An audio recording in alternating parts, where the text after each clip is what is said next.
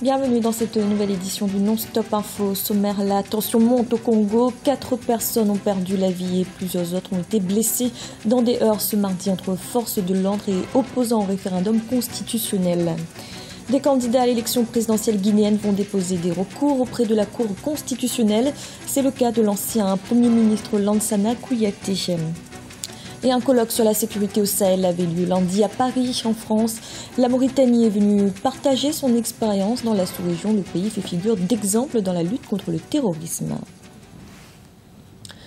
Le bras de fer entre le pouvoir et l'opposition se durcit au Congo. Ce mardi, des heurts entre les forces de l'ordre et des manifestants opposés au référendum constitutionnel ont fait 4 morts et plusieurs blessés.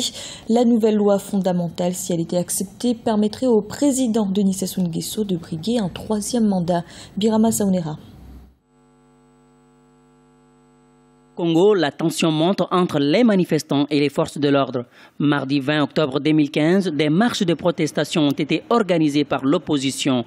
Objectif, dire non au référendum constitutionnel qui doit se tenir le 25 octobre 2015.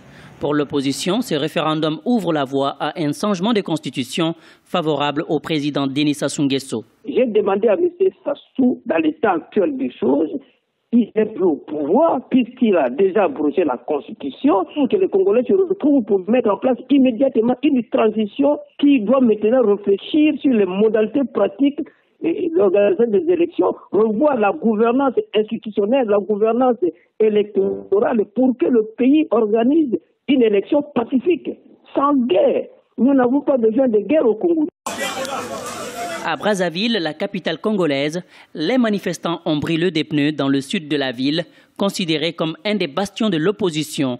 Ils ont été dispersés par les forces de l'ordre. Le gouvernement appelle au calme et à la retenue. Le référendum, c'est d'abord la conséquence de tout un débat qui existe depuis 18 mois dans le pays. L'opposition radicale notamment donne l'impression que le président s'est levé un matin, qu'il a décidé de faire un référendum. Non, n'écoutons pas celles et ceux qui, n'étant pas venus au dialogue, qui ont décidé de le dévaloriser et qui décident de démontrer qu'il s'agit d'une sorte de passage en force. Non, chaque composante avait été consultée au préalable et avait désigné son représentant. Le président Denis Sassou Nguesso, 72 ans, dont une trentaine à la tête du Congo, ne peut pas briguer un 3e mandat en l'état actuel du texte fondamental. Aujourd'hui, la participation ou non du président Denis Sassou Nguesso au scrutin présidentiel de 2016 continue de susciter le débat dans le pays. En Guinée, des candidats malheureux à l'élection présidentielle vont déposer des recours auprès de la Cour constitutionnelle. C'est le cas de l'ancien Premier ministre Lansana Kouyaté, leader du Parti de l'Espoir pour le développement national. Il entend dénoncer des manquements lors du scrutin. Emmanuel Milimono. Quelques jours après la proclamation des résultats provisoires de l'élection présidentielle du 11 octobre 2015, le candidat du Parti de l'Espoir pour le développement national PEDN compte saisir la Cour constitutionnelle aux fins d'annulation du scrutin. Lansana Kouyaté annonce que son parti a été victime des pires irrégularités de ce processus. Sans appeler ses militants à contester dans la rue, l'ex-premier ministre compte user des voies de recours légales. Je voudrais dire que le Parti de l'Espoir pour le développement national et son candidat ont été profondément victimes, comme en 2013, de ces élections. En conséquence de ce que nous avons subi, à l'instar d'ailleurs des autres candidats, nous avons décidé de ne pas reconnaître les résultats de cette élection. Et aussi, en conséquence de cela, nous avons décidé de saisir la Cour constitutionnelle pour faire valoir nos droits. Arrivé 6e lors de cette élection, selon les résultats provisoires proclamés par la Commission électorale nationale indépendante CENI, Lansana Kouyaté estime que de nombreuses anomalies et des fraudes énormes ont été constatées avant, pendant et après le scrutin. Le candidat du PEDN dit désormais fonder son espoir en la Cour constitutionnelle pour, dit-il, faire respecter la loi. Et je n'ose même pas envisager que la Cour constitutionnelle ne nous donne pas gain de cause. Nous lui faisons confiance. Nous faisons confiance à sa crédibilité. En tout cas, le premier jour où on a déposé la requête de candidature, ce jour-là, nous avons quitté la Cour suprême avec le sentiment que nous avons affaire à non seulement des gens qui sont compétents, mais surtout des gens qui resteront loyaux au pays, à la nation. La CENI, Commission électorale nationale indépendante, a proclamé samedi 17 octobre 2015 les résultats globaux provisoires de l'élection tenue le 11 octobre 2015. Selon cette délibération, le président sortant Alpha Condé, candidat à sa propre succession, est élu dès le premier tour avec un taux de 57,87% des suffrages exprimés. Quant au taux de participation, il est de 68%. Il revient désormais à la Cour constitutionnelle de valider ou d'invalider les résultats qui lui sont transmis par la CENI sur la base des différents recours déposés par les contestataires. Et en Côte d'Ivoire, le premier tour de l'élection présidentielle aura lieu ce dimanche 25 octobre. À cette occasion, Africa 24 vous fait vivre les moments forts de la campagne électorale. Retrouvez tous les soirs à partir de 19h30 GMT une édition spéciale consacrée à cette élection, suivie d'un débriefing de nos experts à partir de 21h30 GMT. Dans l'actualité également, un colloque sur la sécurité au Sahel avait lieu lundi à Paris, en France. La Mauritanie est venue partager son expérience. Dans la sous-région, le pays fait figure d'exemple dans la lutte contre le terrorisme et les réseaux criminels. Awa Barkala.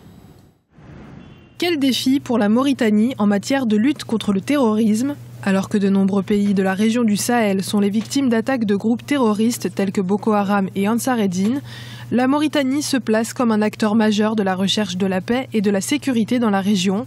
Ce mardi 20 octobre à Paris, en France, s'est tenu un colloque sur les nouveaux enjeux sécuritaires auxquels se prépare la Mauritanie. La Mauritanie a mené une approche sur tous les plans, sur le plan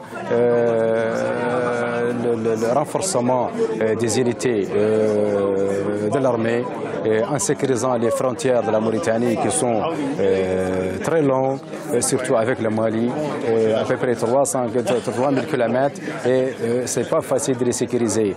La Mauritanie fait partie du G5 du Sahel, un ensemble de coopération politique, géostratégique et sécuritaire créé en 2014, qui regroupe également le Mali, le Niger, le Burkina Faso et le Tchad. Mais à l'échelle nationale, les autorités mauritaniennes font de la lutte contre les réseaux terroristes une priorité. Aujourd'hui, le gouvernement mauritanien est très regardant sur les comptes, sur les virements et sur la circulation des fonds aujourd'hui dans ce pays. Le deuxième aspect, c'est effectivement la particularité du système de renseignement mauritanien qui est très efficace aujourd'hui. Et le troisième aspect, c'est aujourd'hui le chef de l'État, en installant le Haut Conseil de la jeunesse de la Mauritanie, a remis la responsabilité à la jeunesse mauritanienne pour mieux faire face à leur situation. Le Sahel est devenu ces dernières années une région de trafic en tout genre et le sanctuaire de groupes armés liés à Al-Qaïda. De la sécurité de la région dépend le développement des pays concernés. Au Sud-Soudan, les troupes ougandaises ont commencé à se retirer du pays. Une décision en application de l'accord de paix conclu le 26 août dernier. L'armée ougandaise était entrée au Sud-Soudan en décembre 2013 pour aider le président Salva Kiir face à son adversaire, Riek Machar. Un contingent américain de 300 militaires va épauler le Cameroun dans sa lutte contre l'État islamique en Afrique de l'Ouest, anciennement appelé Boko Haram. Des hommes dont les missions seront essentiellement axées sur la surveillance, la reconnaissance aérienne et les renseignements. Alioune Guindo et Anne-Marie Diaz-Borges.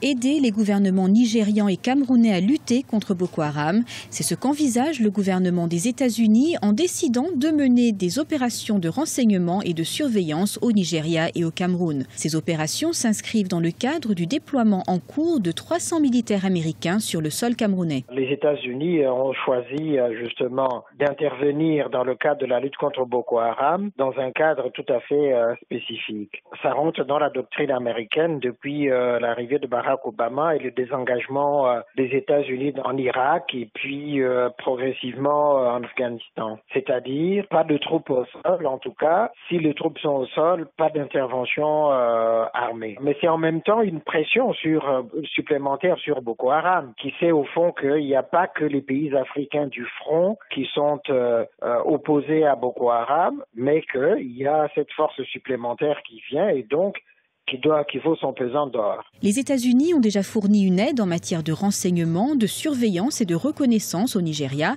après l'enlèvement de plus de 200 lycéennes à Chibok en avril 2014. Les nouvelles opérations de surveillance et de renseignement américaines font suite à la visite du chef de l'État nigérian aux États-Unis à la fin du mois de septembre 2015.